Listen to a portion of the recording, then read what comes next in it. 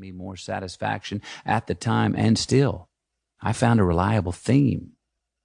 So I packed up those journals and took a one-way ticket to solitary confinement in the desert, where I began writing what you hear now. An album, a record, a story of my life so far.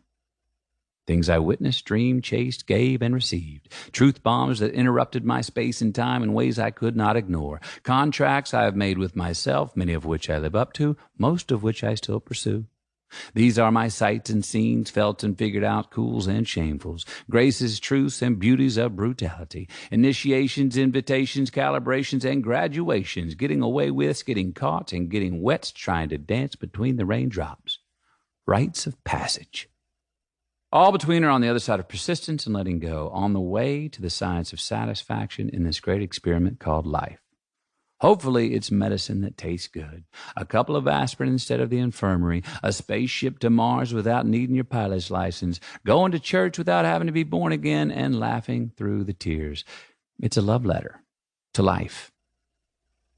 Now, speaking of bumper stickers, I have always loved bumper stickers. So much so that I've stuck bumper to sticker and made them one word. Bumper sticker. They're lyrics, one-liners, quick hitters, unobtrusive personal preferences that people publicly express. They're cheap and they're fun. They don't have to be politically correct because, well, they're just bumper stickers. From the font they're in, to the color scheme, to the word or words they say, a bumper sticker tells you a lot about the person behind the wheel in front of you. Their political views, if they've got a family or not, if they're free spirits or conformist, funny or serious, what kind of pets they have, what kind of music they like, even what their religious beliefs might be. Over the last 50 years, I've been collecting my bumper stickers. Some I've seen, some I've heard, some I stole, some I dreamed, some I said. Some are funny, some are serious, but they all stuck with me, because that's what bumper stickers do. I've included quite a few of my favorites in this book. The sole objective is the pursuit of the singular finish with only the arrival in sight. This is what brings us together.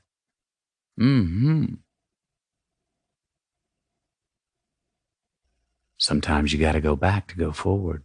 And I don't mean going back to reminisce or chase ghosts. I mean go back to see where you came from, where you've been, how you got here. That's me from a Lincoln ad in 2014. You might remember that one. It got parodied quite a bit. Sold a lot of cars, too. So, how did I get here? Well, I've earned a few scars getting through this rodeo of humanity. I've been good at it. I've been not so good at it. And ultimately, I've found some pleasure in all of it, either way. Here are some facts about me to help set the table. I am the youngest brother of 3 and the son of parents who were twice divorced and thrice married to each other. We grew up saying, "I love you" to each other. We meant it. I got whipped until my butt bled for putting on a Cracker Jack tattoo when I was 10 years old. When I first threatened to run away from home, my parents packed my bags for me. My dad wasn't there the day I was born. He called my mom and said, "Only thing I have to say is if it's a boy, don't name him Kelly." The only thing I ever knew I wanted to be in life was a father.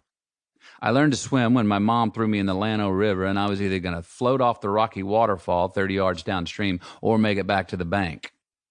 I made it to the bank.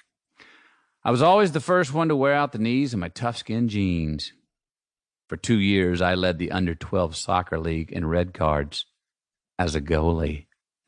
When I kept whining about my lone pair of tennis shoes being old and out of fashion, my mom told me, "Keep griping, and I'll take you to meet the boy with no feet." I was blackmailed into having sex for the first time when I was 15.